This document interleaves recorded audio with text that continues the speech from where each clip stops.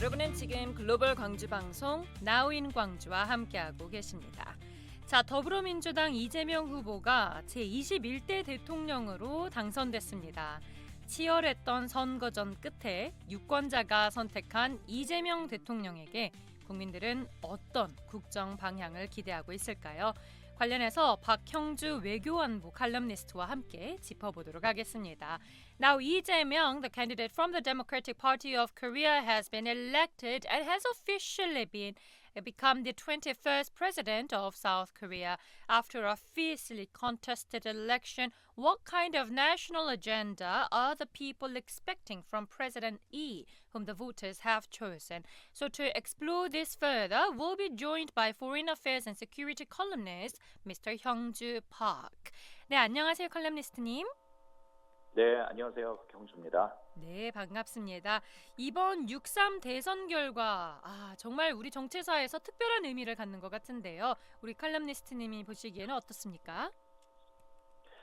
네, 이번 선거는 단순히 정권 교체냐 아니면 정권 연장이냐 이걸 넘어서 그 민주주의 수호냐 아니면 민주주의 파괴냐 이런 싸움이었다고 묘사해도 과언이 아닐 것 같습니다. 다들 지난해 12월 3일 밤 기억하실 건데요. 비상계엄이 선포되고 국민 모두가 잠 못 이뤘던 밤이죠. 그때 이제 국민 여러분 국회로 와주십시오 이렇게 시작됐던 그 이재명 당시 더불어민주당 대표의 유튜브 라이브 방송을 듣고 그때 추운 날씨에 많은 시민들이 이제 국회에 달려왔고요. 또 경찰에 항의하고 맨몸으로 장갑차를 막아 세우는 일도 있었습니다. 그 덕분에 불법 비상계엄을 신속하게 해제할 수 있었고요. 또 그 노벨 문학상을 받은 한강 작가의 말처럼 이 과거가 현재를 도왔고 죽은 자가 산 자를 구했던 시간이다라고 표현해도 과언이 아닐 것 같습니다. 특히 우리 광주 시민들에게는 더 특별한 시간이었을 것 같은데요. 그 80년 5월 그 참혹했던 기억이 이 계엄군에 맞서 싸웠던 시민군과 민주주의를 염원했던 광주 시민들의 그 강렬한 투쟁이 시민들을 행동하게 만들었습니다. 그런 염원들이 이제 반영이 돼서 그 투표율을 보니까 역시 광주에서 83.9%라는 가장 높은 투표율이 나왔더라고요.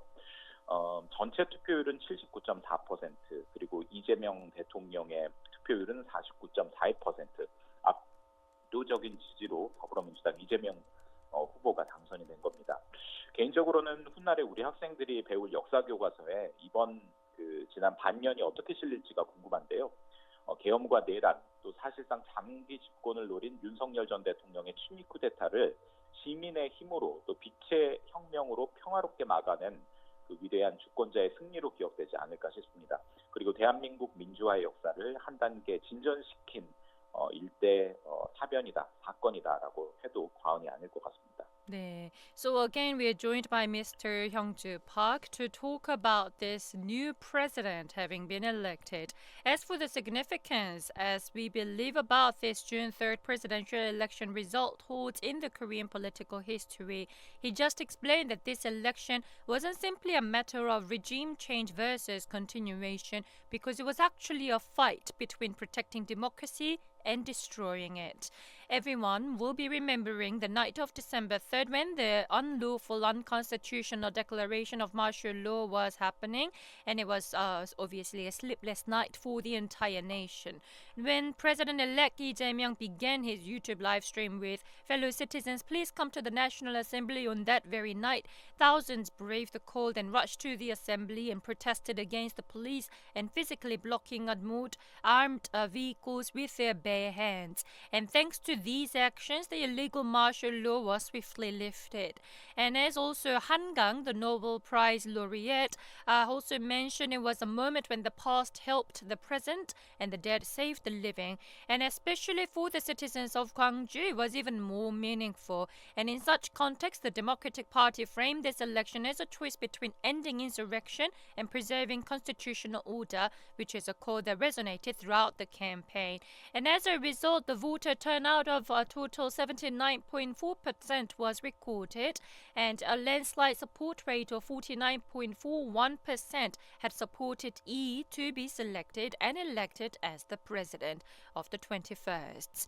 자, 그럼 지금 말씀하셨던 것처럼 사실 그 내란 사태도 그렇고 이런 불헌법적인 일들이 많은 유권자들이 이재명 후보를 대통령으로 선택한 배경 중에 큰 요인으로 작용했을 것 같은데 그 외에 또 어떤 요인들이 있었을까요? 네. 내란 뒤에 치러지는 대선이었죠. 지난 3년간 윤석열 정부가 보여줬던 어떤 무능, 무책임에 대비되는 준비된 정당, 준비된 후보에 대한 어떤 간절함이 투영됐다고도 분석을 할 수 있을 것 같습니다.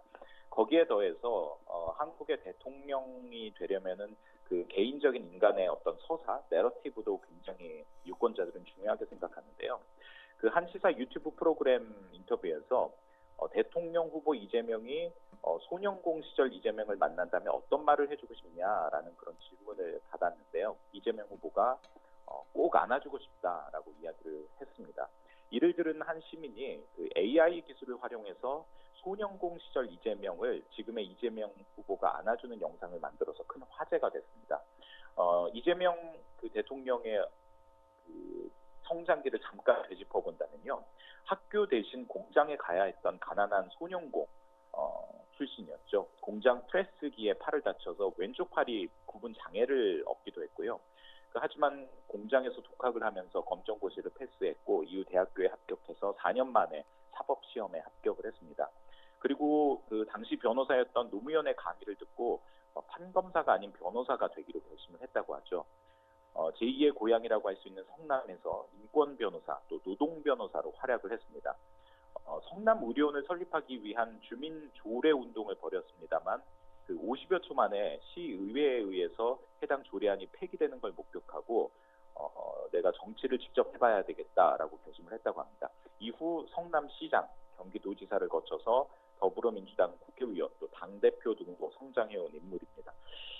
민주당 그 대통령 후보 가운데 어떻게 보면 노무현 대통령과 함께 가장 파란만장한 그 성장기를 거쳤던 그런 후보 중에 한 명, 대통령 중에 한 명이 아닐까라고 생각해 볼 수 있을 것 같습니다. Yeah, obviously it was about this unconstitutional martial law declaration that happened at the end of last year that had actually led many voters to choose Lee Jae-myung as president for this time.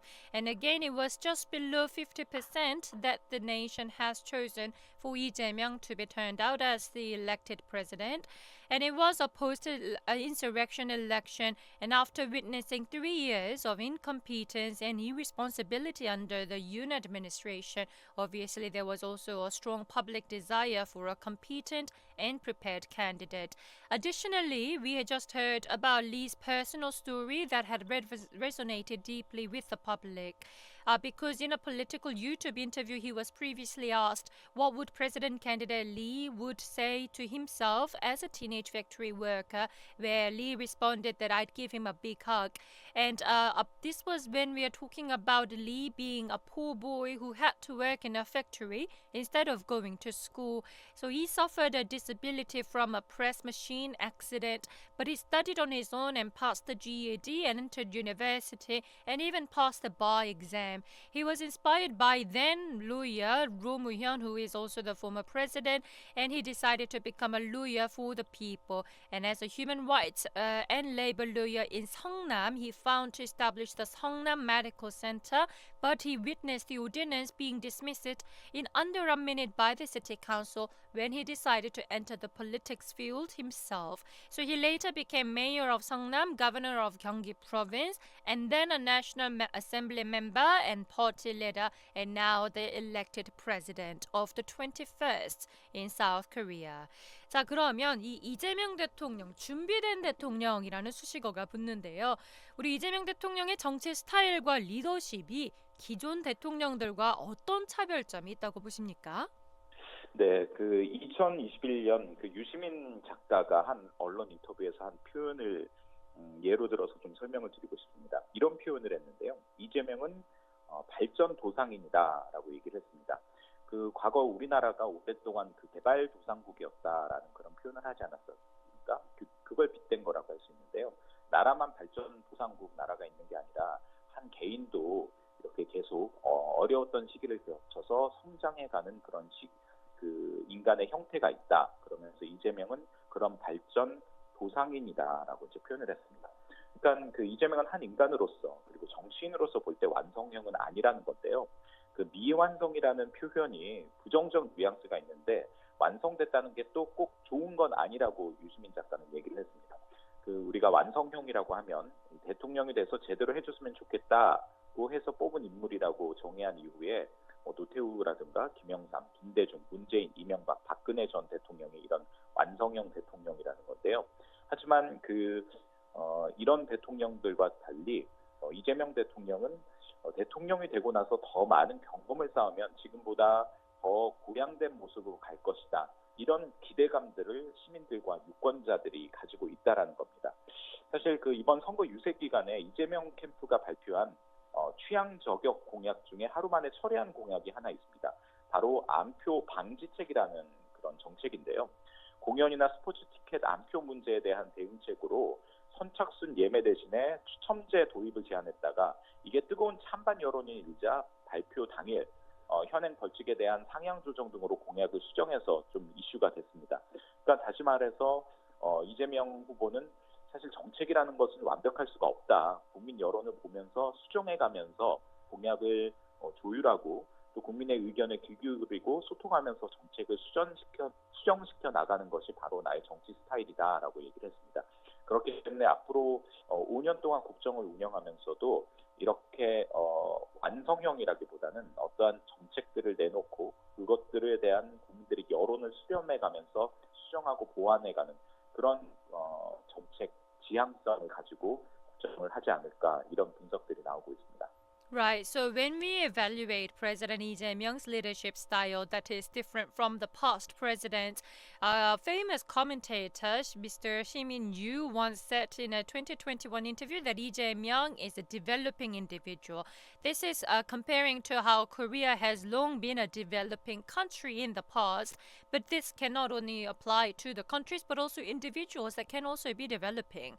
You added that Lee is not a finished politician and that being unfinished isn't necessarily bad. It means he has rooms to grow. So in contrast to the finished or more like perfected presidents in the past, he has actually been seen as a work in progress with great potential. And he is thought to be called evolving individual. And for one of the examples, during the presidential campaign, his team announced a policy to prevent ticket scalping by switching to a lottery system. And due to the intense public backlash, it was retracted the same day and it was revised to enhance penalties instead. And pressing the briefing, he also said about this and explained that policies cannot be perfect and they must evolve based on public opinion. So he thinks that this is a perfect example of a developing individual that he will be showing as the next president. 자, 그러면 우리 이재명 대통령이 내세웠던 공약 중에서 국민들이 가장 공감할 수 있었던 부분은 어떤 부분일까요? 크게 저는 세 가지라고 봅니다. 첫 번째는 민생 경제에 대한 건데요. 내란을 이겨내면 가장 먼저 해결해야 할 일은 국민의 민생 해결이다. 또 급한 추가 경정 예산 편성부터 시작해서 그 산업 경제 정책의 방향을 인공지능이나 첨단 기술 산업, 또 에너지 전환 산업, 재생 에너지 산업으로 명확하게 재편하고 또 문화적 창의성을 산업으로 전환해야 된다 이렇게 이야기를 했습니다. 그리고 또 자본주의 시장 경제의 심장인 주식시장 주가 지수를 5천을 향해 우상향하도록 확실하게 책임지겠다 이런 얘기도 했죠. 그리고 또 이제 두 번째로 중요한 게 바로 국민 통합이 아닐까 싶습니다. 이런 얘기를 했습니다. 이재명 다시 후보가요.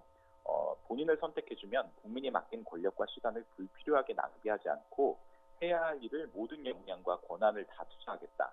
그리고 특정 진영의 대표로 대통령이 되더라도 대통령이 된 다음부터는 편을 가르지 않고 모두를 대표하고 모두를 동등하게 대우하면서 함께 살아가는 통합된 나라를 만들어야 한다. 이런 이야기를 했습니다.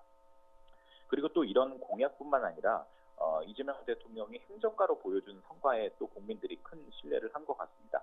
그 성남시장 시절의 무상교복이라든가 어린이집 무상 과일 공급, 또 반값 산후조리원, 또 청년배당 등 서민들이 직접 피부로 와닿는 정책으로 큰 호응을 얻었었는데요. 이런 것들을 보고 시민들이 유권자들이 이재명의 공약에 많이 공감을 한 것 같습니다. So, as of President Lee's campaign promises, some things that resonated most with the public seem to be on the matters of livelihood policies, welfare and housing, and the youth policies. As for the livelihood economy, on May 29th in Seoul, he emphasized solving people's economic challenges first, where he quoted, "After overcoming the insurrection, our top priority will be resolving people's livelihood issues, and we will start with an emergency supplementary budget and restructure industrial and economic policies around AI, green tech, and renewable energy." He also said that they will foster industries based on cultural creativity and aim for sustained growth where young people don't fight over limited opportunities. He promised to raise the Kospi index toward 5,000 as part of a healthy market economy as well. And also, national unity has also been mentioned, that where, quote unquote, he said, "If elected, I won't waste the people's time and power. Even if elected as a party candidate, once he becomes the president, he will represent all people and not divide them." Most importantly, the track record of results may have been the most promising for the people of people that had voted for Lee, because his record as an administrator earned trust. And as a Seongnam mayor, he introduced free school uniforms, fruit snacks for daycare kids, half-price postnatal care, and youth stipends, and they are tangible policies that had improved daily life. 자, 그리고 우리 박칼럼니스트님은 특히 외교안보 분야의 전문가로 저희가 잘 알고 있는데요. 해외 언론도 이재명 정부 출범에 대해서 큰 관심을 보이고 있습니다. 저도 아침부터 이 프랑스라던가 영국, 미국 쪽의 언론에서 이재명 정부의 출범에 대해서 축하하는 그런 메시지들을 많이 받고 또 뉴스를 읽고 있는데요. 지금 이번 선거 결과에 대한 주요 외신의 반응 잠깐 소개 부탁드려도 될까요? 네, 먼저 미국 뉴욕타임스 보도를 보면요. 이 후보는 깊이 분열된 나라를 치유하고 경제를 활성화하겠다고 공약했다면서, 또한 좀 더 균형 잡힌 외교를 추진하겠다면서 국가 안보의 기반으로 한미 동맹을 유지하면서도 경색된 중국 그리고 북한과의 관계를 개선하겠다고 약속했다고 설명을 했습니다. 그리고 역시 미국 워싱턴 포스트는 이재명 대통령에 대해서 외교 정책을 재편하려는 비전을 가진 진보 성향 인물이라고 소개했습니다. 특히 중국 문제와 관련해선 트럼프 정부와 갈등을 빚을 수 있다라고 진단을 하기도 했습니다. 그리고 워싱턴 포스트의 경우는 이재명 후보의 대통령의 과거 인터뷰 발언을 소개했는데요. 트럼프 대통령과의 관세 협상과 관련해서 어떤 수모든 또 강압이든 제 개인 일이 아니고 국민 모두를 위한 일이니까 필요하면 가랑이 밑이라도 길 수 있다고 생각한다라고 한 이 당선인의 지난 2일 인터뷰 발언을 소개하기도 했습니다. 그리고 미국의 일간지죠, 월스트리트 저널은 도널드 트럼프 미국 대통령의 중국 견제 정책을 복잡하게 만들 가능성이 있다. 그 이유는 이재명 후보가 중국과 미국 간의 균형 외교를 원하기 때문이다. 이렇게 분석을 하기도 했습니다. Right, so obviously, as his winning became clear on June 3rd, or more like at the dawn of today, major foreign outlets quickly reported their results, especially the US media focusing on the impact on US Korea relations and also of Lee Jae-myung's personal traits as well, and about what kind of administration will be formed with him. 사실상 그동안 윤석열 전 대통령의 계엄 선포 그리고 탄핵 이후로 한국이 6개월가량 외교 공백기를 보냈거든요. 그 와중에 트럼프 관세 폭탄도 있었고 굉장히 많은 일들이 진행이 됐는데, 앞으로 새로운 정부가 풀어야 할 외교 과제가 그만큼 많은 것 같습니다. 역시 가장 중요한 것은 이 트럼프 대통령을 상대하는 게 되겠죠. 네, 그렇습니다. 그 한국 언론 보도에 따르면 바로 오늘 당장 오후에 그 미국의 도널드 트럼프 대통령과 정상 간 통화를 할 것으로 한국 일부 언론은 보도를 하고 있습니다. 이 통화가 이루어진다면 말씀하신 것처럼 그 12.3 내란의 여파로 지난 1월 트럼프 행정부 출범 뒤에도 사실상 올스톱 상태였던 이 한미 정상 외교가 처음으로 가동이 되는 겁니다. 트럼프 대통령의 관세 전쟁, 또 한미 동맹, 주한미군 재조정 계획 등 그동안 양국 간에 누적된 여러 가지 현안들이 한꺼번에 논의되는 중요한 통화가 될 것으로 보입니다. 보통 그 정상 간 첫 통화는 축하라든가 이런 덕담을 건네는 성격이 강하지만, 트럼프 대통령의 스타일을 고려한다면 이 첫 통화에서부터 좀 통상적인 그 프로토콜 의전을 벗어난 이야기들을 할 수가 있습니다. 다시 말해서 그 통상이라든가 한미 동맹과 관련된 민감한 문제를 바로 이재명 대통령에게 끄집어낼 수도 있는데요. 이재명 대통령과 보좌진들이 이에 대비한 다양한 대응 시나리오를 검토하고 또 대응책을 최근까지 논의해온 것으로 알려졌습니다. Right. So, with 6 months of foreign policy stagnation due to martial law and impeachment under Yoon, diplomatic challenges are stacking up.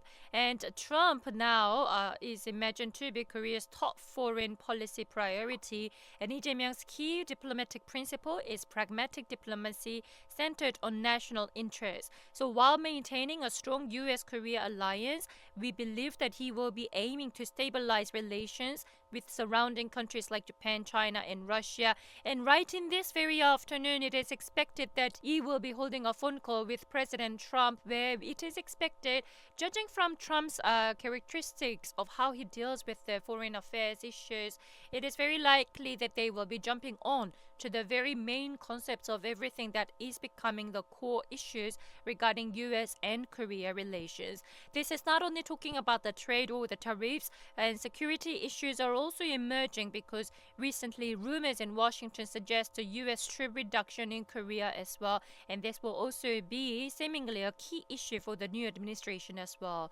조금 전에 말씀해 주시긴 하셨습니다만 지금 사실 통상 문제뿐만 아니라 안보 문제에서도 당장 이슈가 되는 사안이 있는데요.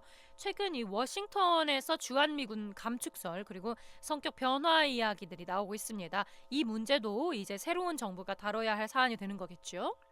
네, 그렇습니다. 그 미국 월스트리트 저널 등 현지 언론은 그 미 국방부가 주한미군 지금 28,500명이 주둔하고 있는데 이 중에 한 4,500명을 괌이나 인도태평양 내 다른 지역으로 이동시키는 방안을 검토 중이라고 보도를 했습니다. 전체 주한미군의 약 16% 정도 해당하는 규모인데요. 주로 지상군이 감축 대상이 될 것으로 예상됩니다. 물론 미국 국방부와 한국 국방부 모두 해당 보도에 대해 사실이 아니다라고 공식 부인을 했습니다만 실제로 방위비 분담금 협상을 비롯해서 한미 간의 현안에서 이 주한미군 감축 카드가 협상 지렛대로 활용될 수 있다는 관측이 꾸준히 제기되고 있습니다. 또 트럼프 전 대통령은 과거에도 주한미군 감축 또는 철수 가능성을 언급했는데요. 이번에도 방위비 분담금 인상 압박이나 대북 정책 변화, 또 미군의 전략적 유연성 강화 등 다양한 목적에서 이 감축 논의가 나오고 있는 것으로 보이고요. 또 실제로 이것들이 현실화될 수 있다라는 전망도 우세합니다. Right. So recently, discussions have resurfaced in Washington regarding the potential reduction of the U.S. forces Korea, that is USFK, and changes to their role, bringing the issue to the forefront as a major security concern for the newly launched South Korean government. And local media, including the Wall Street Journal, reported that the U.S. Department of Defense is considering relocating approximately 4,500 of the 28,500 USFK troops to other areas within the Indo-Pacific region, such as Guam. And this figure represents about 16% of the total USFK, with ground forces expected to be the primary focus of the reduction. And while both of the US and South Korean defense ministries officially denied the report, stating it was not true, speculation continues that the reduction of these USFK troops could be used as a bargaining chip in bilateral issues such as defense cost-sharing negotiations. And the current president, Trump, had previously raised the possibility of reducing or withdrawing USFK formally, and the current discussions are being interpreted as serving various strategic purposes, such as increasing pressure for higher defense cost sharing, altering North Korea policy, and of course, enhancing the strategic flexibility of U.S. forces. 사실 이런 안보 문제는 북한 문제와도 직결되는 사안인데요.